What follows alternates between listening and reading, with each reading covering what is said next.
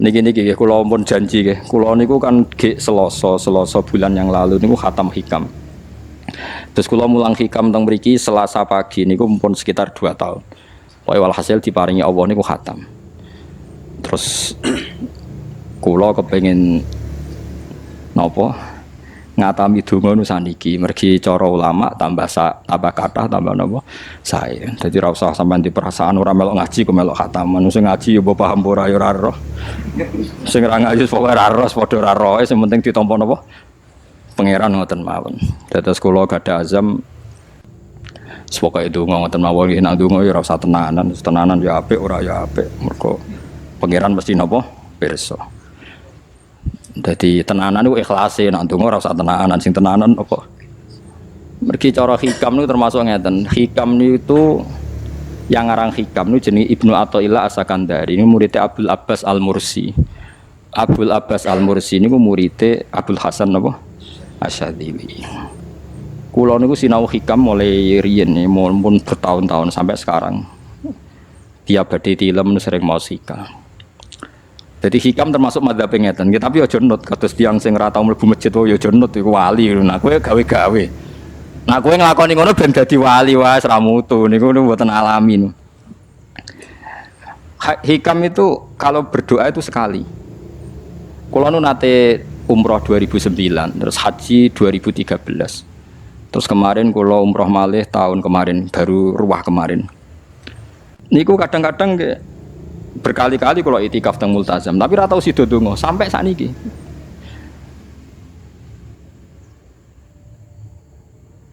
Mergo donga mbok pisan tok, anggere donga neh. Lho pangeran ijek eling kok tak elingno. Mergo hikam termasuk mengingatkan gitu. Kamu kalau doa itu jangan ulang. Karena yunabbahu iku man yajuzu alil ikhfal, yang boleh diingatkan hanya orang yang mungkin lupa. Allah ora bakal lali kok mbok elingno. Dadi kula anggere ning ngarepe multazam pe donga. Lho donga aku wingi pangeran cek eling. Ya wis ra sida donga. Mu anggere ape dongane, tapi ndak gawe-gawe lho, saya asli, maksudnya asli. Anggere ape dongane.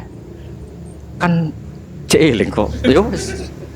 Sampai kula nu teng raudhah niku akhirnya mau maca selawat, maca Quran. Anggere donga seeling to Gusti ngono terus. Dadi yo pancen unik, wong wali ku unik. Aja gawe-gawe lho, tapi aja nut kula. Cuma pancen hikam ada ngoten. Wa inna mayunabba wa amne din elingno sapa man wong ya juzu kang oleh ali ngatasi man apa alif falali. Sing oleh mbok elingno dat sing kemungkinan wong ora tau lali kok amen mbok elingno. Wingi mbok omongi, saiki mbok omongi. Lho cara kowe diutang ditagih terus iso eling. Dadi hikam madhabe unik. Ya tapi udahnya wali ya tetap napa? Wali itu keliru tetap wali. Nah, ben arah wali ku bener wae tetep ra wali wis ra bakat. Tapi aja gawe-gawe lho, syaratnya napa? Syaratnya aja napa? Gawe-gawe. Iki kula iki sering diprotes ben. Gus ora tau ora jenengan donga. Jare sapa ora donga? Wingi setu. Kok ora donga nah? Jeling. Kadang kula yang ngerasa dosa tapi piye kadang teng ati ngoten ya akhire ya ora roh. Pokoke aku anggere pengen donga ya donga, ben ora ya ora. Pas donga ya anut wali, pas ora ya anut wali. Kadang bener. Dadi pas donga ya bener, pas ora ya bener. Tapi itu memang sebagian madzhab beliau. Jadi ini nanti saya bacakan hikam dua kata mutiara terus donga, supaya donga sampean donga, supaya donga.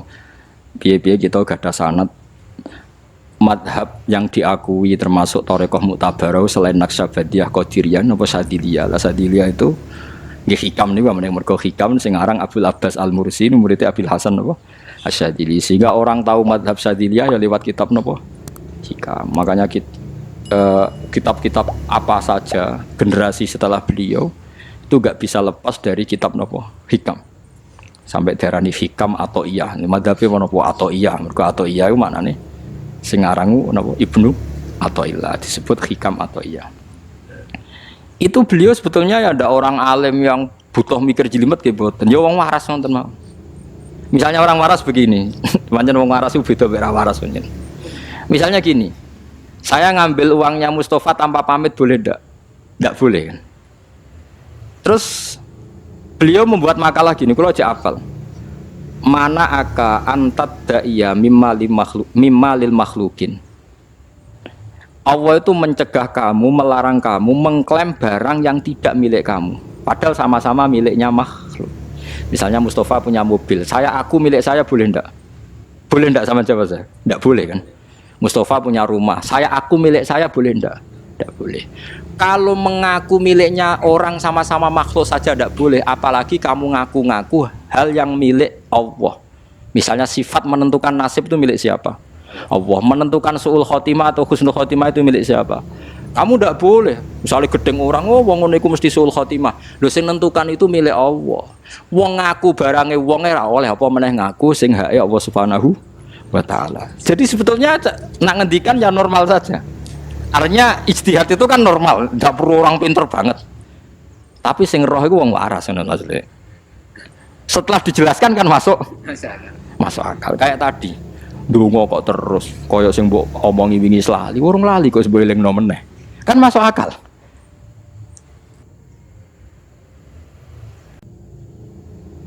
Tapi kok jangan anut aku, mergo ora asli, Gus ora asli. Wong anut-anut kan mboten apa. Dadi ini kula waca kalih mawon nggih, kenangan kula ben dadi nggih kenangan kula napa makalah sanggeng napa hikam ya. Iki kula waca Arab ya mawon engko napa. Nggih, bismillahirrahmanirrahim. Kula nak maca malah bingung, biasa hafalan malah maca. Jadi piyambake ngendikan mana aka antatta iya male salaka mimalil makhlukin afayubihu laka antatta iya wasfahu wa rabbul alamin. Di Allah ngelarang jenengan mengaku barang yang miliknya orang lain, apalagi ngaku-ngaku hak sing miliknya Allah Subhanahu wa taala. Sehingga kita ndak boleh misalnya maksud noti yang wong iku mesti celaka, nyelakano orang itu hak sinten? Hak ya Allah. Kowe ora usah GR sok ben mesti bener, iso wae saiki bener sok ben salah. Kamu juga enggak usah merasa salah, iso wae saiki kira saleh sok ben saleh. Ya sudah itu hak ya Allah, sudah ndak itu. Terus ngendikane beliau ini Ilahi kullama akhrosoni lu'mi antokoni karomuka. Gusti ketika saya didiamkan oleh kesalahan-kesalahan saya, antokoni karomuka, maka saya digerakkan oleh sifat lomane jenengan. Itu perasaannya hikam. Misalnya sampean ngerasa dosamu akeh terus rawani donga, ngerasa salahmu akeh terus ngerasa ora ahli swarga. Niku jare hikam, Gusti kula nak eling salah kula kok ora pantes mlebu swarga. Tapi nak eling lomane jenengan nggih pantes mawon. Lha iku dindot wong ngono niku wis dindot. Dina eling dosamu sampean akeh kan gak pantes mlebu swarga. Tapi nak eling jembare rahmate Allah nggih pantes mawon. Ilahi kullama akhrasani lumi antokoni karomuka. Wa kullama ayasatni ausofi atma'atni minnatuka. Ketika saya putus asa karena sifat-sifat saya yang buruk, maka saya akan digerakkan lagi punya harapan karena saking melimpahnya nikmate jenengan to peparinge jenengan. Terus beliau di sarah-sarah dicontohkan. Saat Umar masih kafir itu pernah gak minta jadi muslim kan enggak, tapi ketika Allah menghendaki dia jadi muslim maka jadilah Umar seorang yang muslim. Jadi orang tanpa keinginan pun kalau Allah menghendaki baik ditarik yang menjadi baik. Artinya kamu jangan percaya wong aku apik dadi wong apik piye, wong aku ngene. Wong sing ora tau niat apik wae iso diapikno pangeran kados sinten Sayyidina Umar. Sunan Kalijaga ketika nggarong ning gone Sunan Bonang niate ya untuk emas. Niate wae elek, tapi ketika Allah ngersakno dadi apik ada takdir yang memandu dia jadi apik, bahkan dadi wali.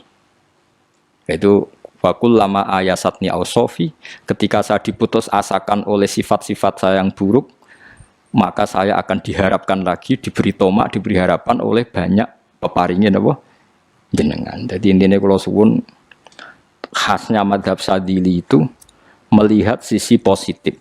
Jadi misalnya jenengan sholat misalnya, ini rumah tenan gitu. Misalnya jenengan sholat, potensi gak diterima itu tinggi. Mungkin kita ada ikhlas, mungkin kita tidak tumak ninah, mungkin kita banyak melakukan kesalahan, mungkin eling macam-macam. Itu potensi yang menjadikan kita sholatnya tidak diterima Allah. Tapi cara madhab Sadilah berpikir gitu itu tidak boleh. Kamu harus ingat bahwa sujud ini luar biasa. Banyak orang yang nggak diberi anugerah sujud.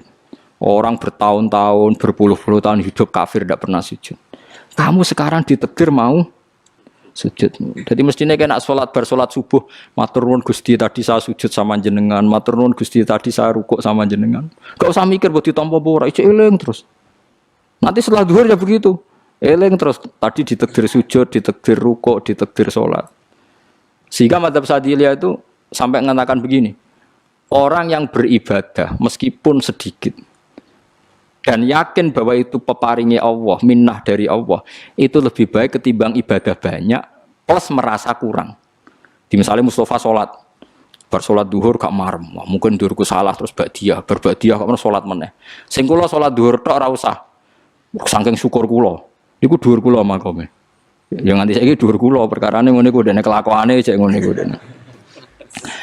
Karena ketika diberi pangeran ora marem. Kurangnya, tapi kurangnya niat elek. Kayak pangeran polisi, ngurang pangeran ra nampa kurang ngene kurang. Pangeran ora diwatak ngoten. Enggak terlalu prosedur ngger wong wis sujud niate apik yo apik.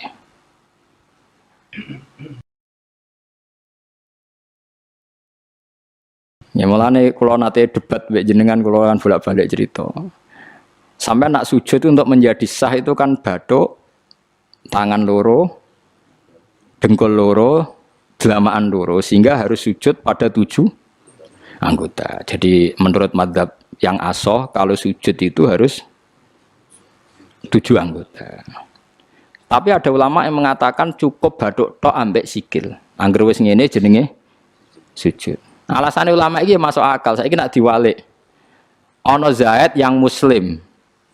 Bathuke ditemplekno bumi niat sujud ning berhala. Hukumnya kafir ta ora? Enggak jawab ya, kafir kan? Iku syaratnya anggota pitu apa asal bathuke nemplek? Mulane jari ulama sing kaul sani. Lah iya nggo murtad ora usah syarat kok nggo bener. Syarat. Lah iya sing digo murtad ora usah syarat kok sing sujud nggo pangeran. Syarat. Nggo syarat. Nah ngono ora usah syarat anggere ngono ya jenenge sujud. Buktine wis sah nggo dadekno murtad. Yo. Dadi ulama yo macam-macam. Mene kok jano aku ilmune sakeh. Artinya sampean ra kudu anut mazhabku. Maksudnya mergo kula lah ya sadar sebagian mazhab saya itu masalah bagi Anda.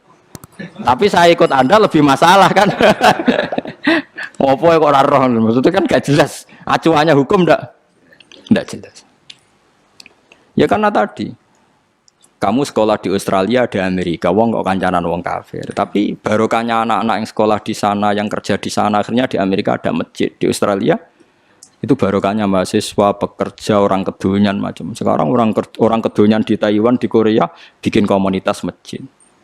Ya, akhirnya di bumi Allah di sana ada yang sujud. Ya itu nyata. Meskipun teori Anda juga nyata, sebagian mungkin katut widoan yang kono katut macam-macam. Sama-samanya ya sudah kita berpendapat ya seperti itu. Wallahu alam sih yes, ya mungkin naik apik, mungkin naik ora. Wallahu alam supaya donga supaya apik. Tapi kan kita tidak satu arah karena ngendikan ya seperti gejolokannya Allah dengan Nabi Ibrahim itu kan kelihatan. Malaikat Israel berjabut Nabi Ibrahim. Nabi Ibrahim gak terima, gak iso Israel. Aku kekasih pangeran. Mosok dipateni. Hal ra'aital khalil yumitu khalilah. Ono kekasih mateni kekasih. Mesti keliru perintahmu Israel. Semune ngono Nabi Ibrahim, kowe tetep dipateni. Cara Israel wis menarik. Akhirnya balik teng pangeran Gusti amartani ila abdin la yuridul mauta wa yaqulu hal ra'aital khalil yumitu khalilah. Ya Allah engkau memerintahkan saya pada hamba yang enggak ingin mati. Dia bilang masa ada kekasih membunuh kekasihnya. Cara Israel masuk akal, bisa mikir juga Israel. Cara dekne masuk akal. Jawab Allah ini. Qullahu jadi katakan pada Ibrahim hal ra'aital khalil yakrahu ayyal khalilah. Ibrahim kandhani, ana tah kekasih tapi ra siap ketemu sing dikasih. Artinya kalau tidak berani mati berarti ra siap ketemu. Jadi bilang ke Ibrahim, apakah ada kekasih yang enggak siap ketemu kekasihnya? Dia malah Israel marah Ibrahim, kata Allah, enggak ada kekasih yang benci ketemu kekasihnya. Oh yes, mati saya kira. Nah, itu logika yang terbangun. Makanya dengan perbandingan logika itu akan kelihatan. Pertama koyo-koyo logika Ibrahim itu masuk akal. Tapi ketika Allah ngendikan, ono tah kekasih ra siap ketemu kasihnya. Nah, kitab Mahalli itu kitab yang menjelaskan sekian teori fikih yang tidak mansus ya, saya ulang lagi, yang nggak ada nasnya. Kemudian diulang-ulang oleh cara berpikir tadi. Nah, akhirnya jadi kitab khilafah ya, kitab ikhtilafat dalam Syafi'i yang paling dianut ulama seluruh dunia. Jika terus Habib Zain Samangke, semua ulama itu rujukannya kitab Mahalli. Ya karena tadi yang nggak ada nas ya, saya ulang lagi, yang nggak ada apa? Nas itu ada sekian pilihan kaul. Ya sama-sama masuk akal.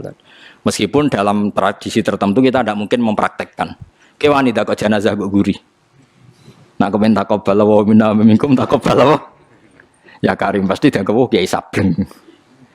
Jenazah iki kok apa?